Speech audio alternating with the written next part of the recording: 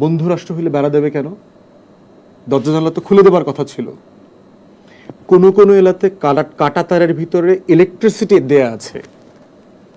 জকিগঞ্জ সীমান্তে, সিলেটের করিমগঞ্জ সীমান্তে দেখলাম বাংলাদেশের নাগরিকরা যারা অবৈধভাবে ট্রেড করেন, ভারতের নাগরিকরা, তারা ওখানে ইলেকট্রিফাইড হয়ে মারা গেছেন। এরকম ঘটনা ঘটেছে। তো বন্ধু রাষ্ট্র হবার তো কোনো ন্যূনতম ক্যারেক্টারিস্টিক্স নাই, এটা রাষ্ট্রের সাথে যায় না।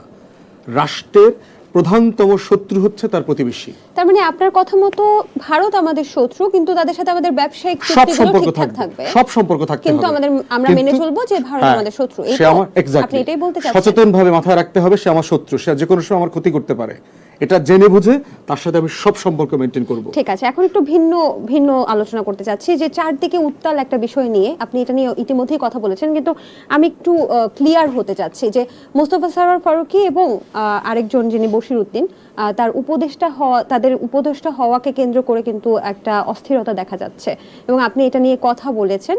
শুধু তাই নয়, তাদের সম্পর্কে যে আসলে অভিযোগগুলো বিভিন্ন মহল থেকে জানা যাচ্ছে বা ছাত্রদের থেকে জানা যাচ্ছে, তাদের মধ্যে একটাই হচ্ছে যিনি বশির উদ্দিন, তিনি হচ্ছেন ব্যবসায়ী, কিন্তু জুলাই ছাত্র বিপ্লবে তিনি হচ্ছেন মার্ডার মামলার আসামি এই হিসেবে অভিযুক্ত আছেন, এমন একটা কথা শোনা যাচ্ছে।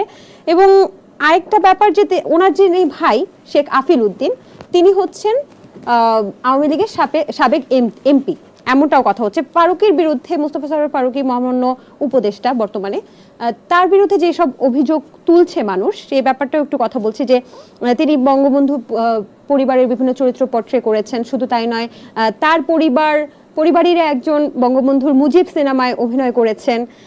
এছাড়া 2015 সালের একটা স্ট্যাটাসও কিন্তু, সেটার স্ক্রিনশট আমরা সোশ্যাল মিডিয়াতে দেখতে পাচ্ছি যে তিনি জুনায়েদ আহমেদ পলক এবং ববি সিদ্দিকীকে অনেক বেশি অ্যাপ্রিসিয়েশন করছেন, এরকম একটা পোস্ট আছে যে তারা হচ্ছে আমাদের তরুণ শক্তি। শুধু তাই নয়, ফারুকী ভাইয়ের আরেকটা বিষয় কিন্তু উঠে এসেছে যে ভারতে ইলিশ পাঠানো যে একটা বন্ধ ছিল, সেটাকে নিয়েও কিন্তু তিনি সমালোচনা করেছেন। এইসব নানান ইস্যু নিয়ে কিন্তু মানুষ কথা তুলছে যে অনেকে ভাবছে কি তাহলে আমাদের যে পুরনো দোসররা, যে ফ্যাসিবাদী দোসরদেরকে কি পুনরুদ্ধার করা হচ্ছে এর মাধ্যমে? এই ব্যাপারে আসলে আপনি কি বলবেন? এই অভিযোগের ভিত্তিতে আপনি কি বলবেন? দেখেন, মোস্তফা সরোয়ার ফারুকীর ব্যাপারে প্রথম অভিযোগ যেটা করা হচ্ছে, তিনি শাহবাগী ছিলেন, গণজাগরণ মঞ্চের পক্ষে ছিলেন। শাহবাগী এবং গণজাগরণ মঞ্চের পুরো আইডিয়া হচ্ছে একটা ফ্যাসিবাদী আইডিয়া, কোনো সন্দেহ নাই। বাংলাদেশে মানে বিচারকে প্রভাবিত করবার চেষ্টা করা, ব্যানার ফেস্টুন দিয়ে দিনরাত ফাঁসি চাই ফাঁসি চাই। আপনি দেখেন বাংলাদেশের ইতিহাসে নৃশংসতম গণহত্যা হয়ে গেছে। গণ অভ্যুত্থানকারী ছাত্রছাত্রীরা কি রাস্তায় নেমে বলছে